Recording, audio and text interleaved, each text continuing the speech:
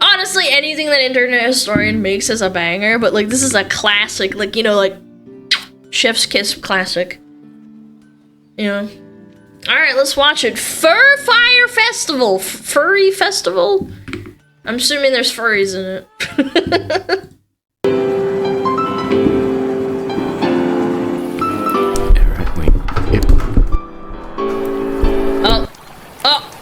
Hi there.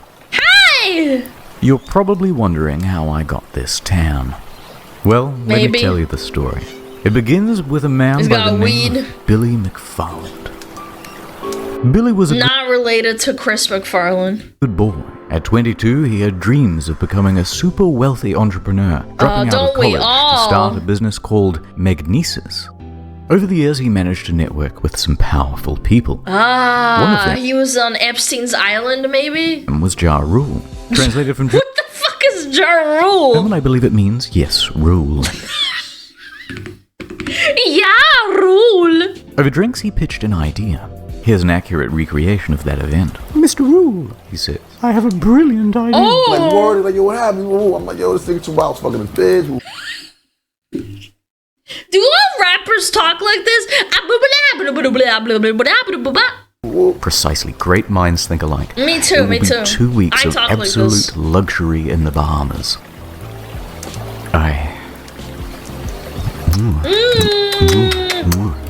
Uh-oh. Are we going through the Diddy route or not? Promotion began in late 2016. Fyre promised beaches, wow, ladies, gourmet food, luxury villas. Wow. Hosted on a private island in the Bahamas called Fyre Cay, once owned by Pablo Escobar.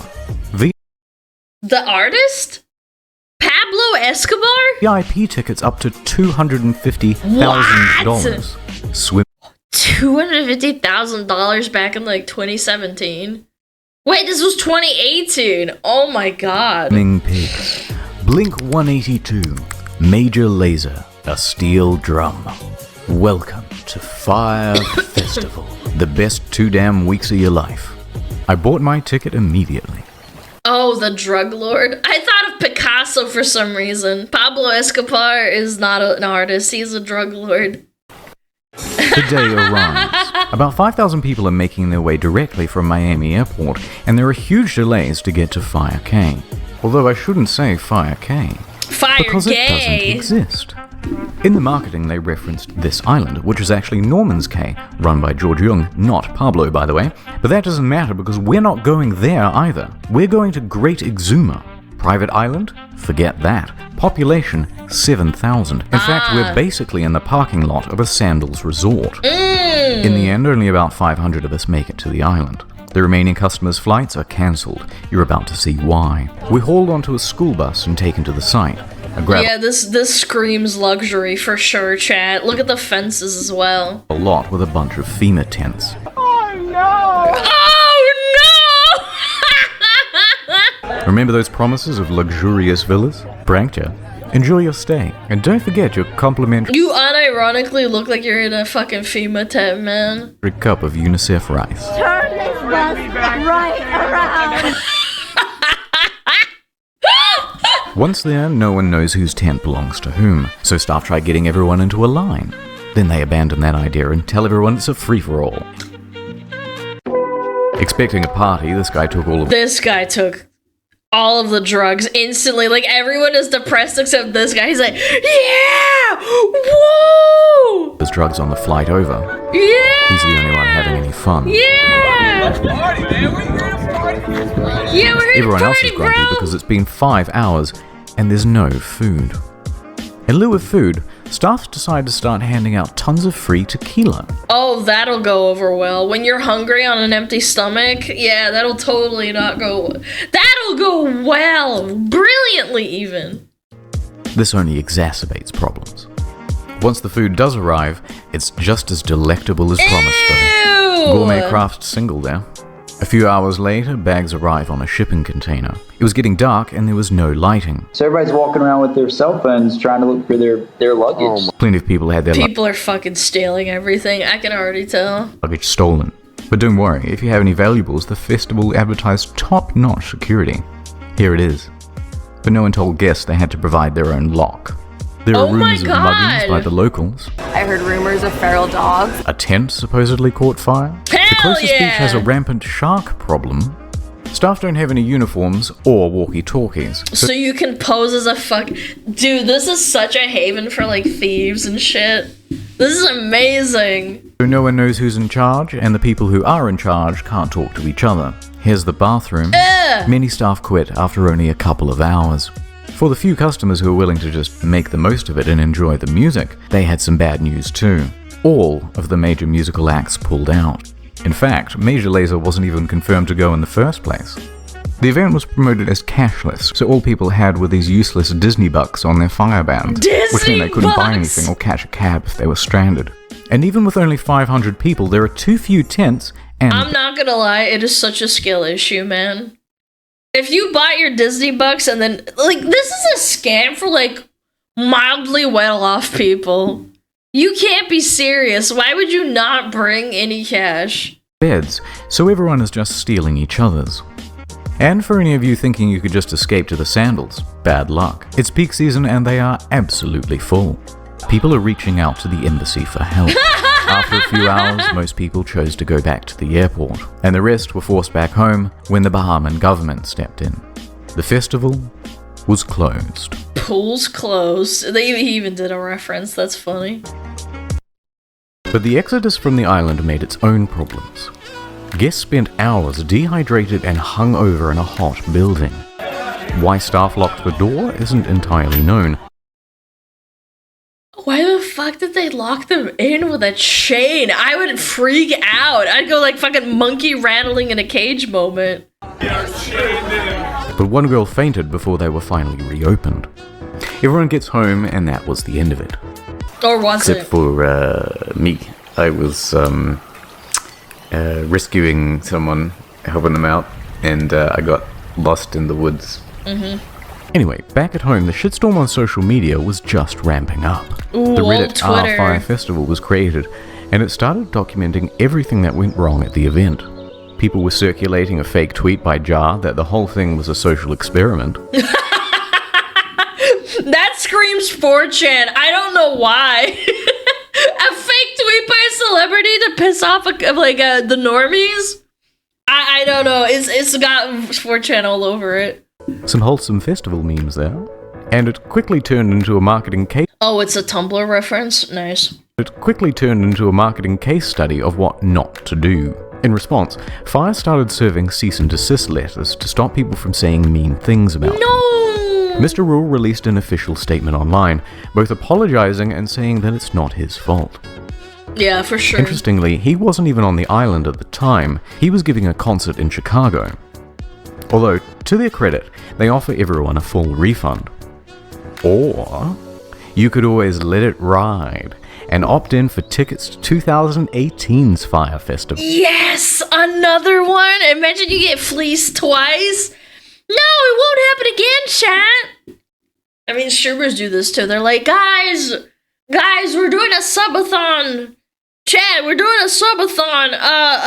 If we get the goal, oh, damn. Oh, shit. I can't deliver the goals to you, chat. How about we do another one?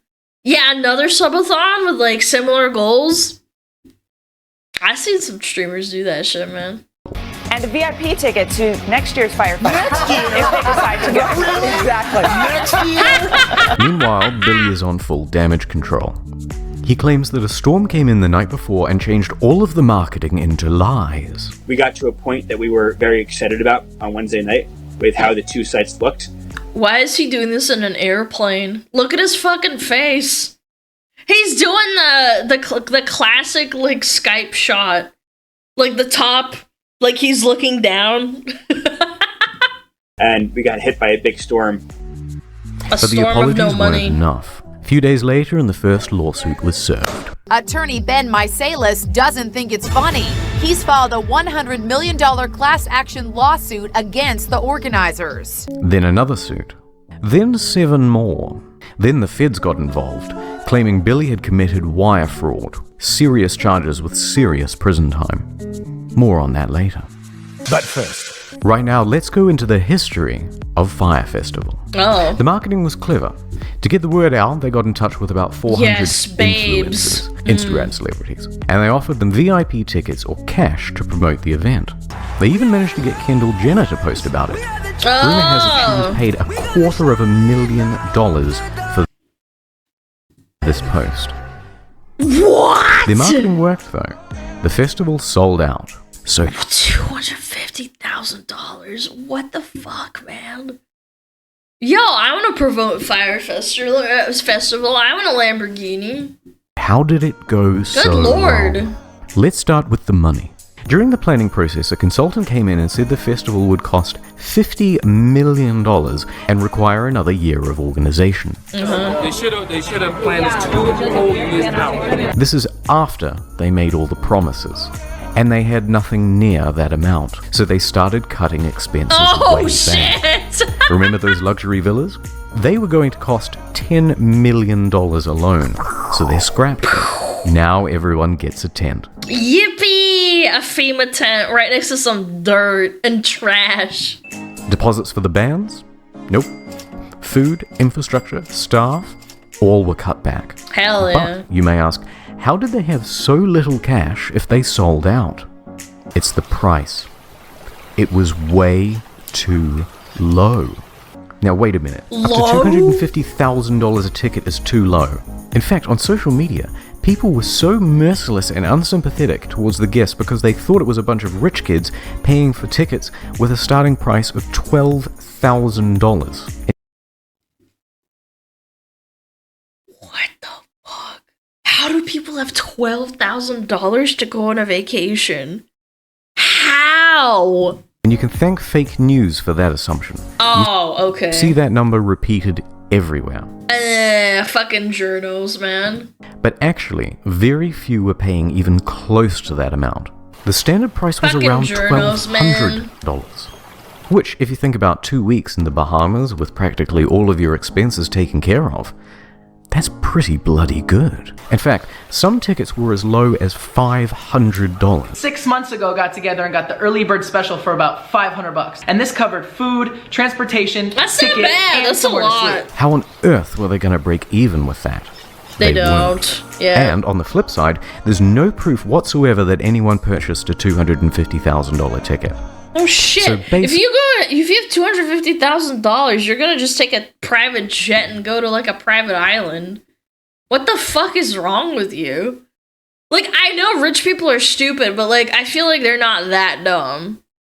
You just go and do whatever with $250K. Basically, they're stuffed. Billy has to start taking tough short-term loans just to keep afloat. Which, by the way, is why they did the fire bans. It was to raise cash. It's reported that up to $2 million in Firebucks in-game currency was spent in the lead-up to the event. Okay, I can believe this because people are fucking stupid when it comes to transactional, like, Disney bucks, Roblox, fucking Fortnite bucks, V-bucks. Yeah, I can believe this. I can believe this. Practically broke, and with the event only a few weeks away, the more experienced staff suggested postponing. But thanks to those short-term loans, he couldn't. So he insisted on going forward. Those staff tried to control the damage by telling celebrities and public figures not to go. How was the Fyre Festival?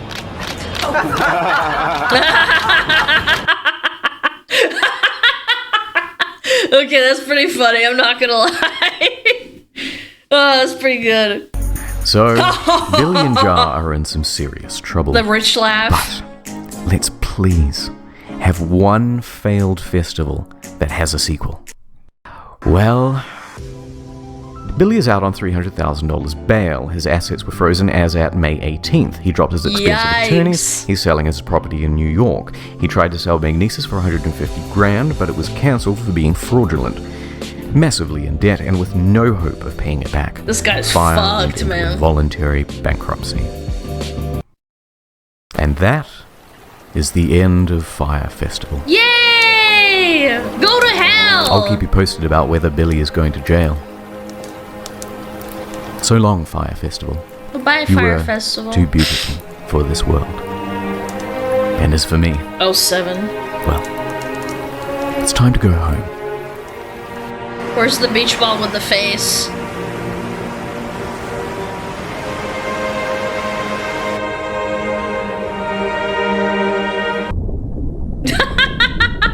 Uh-oh. That's it? God, man. Oh, that was good. Such a banger. I love Internet Historian. I don't mind watching his stuff, like even his older stuff, because he actually put in so much effort back in the day even. Yeah.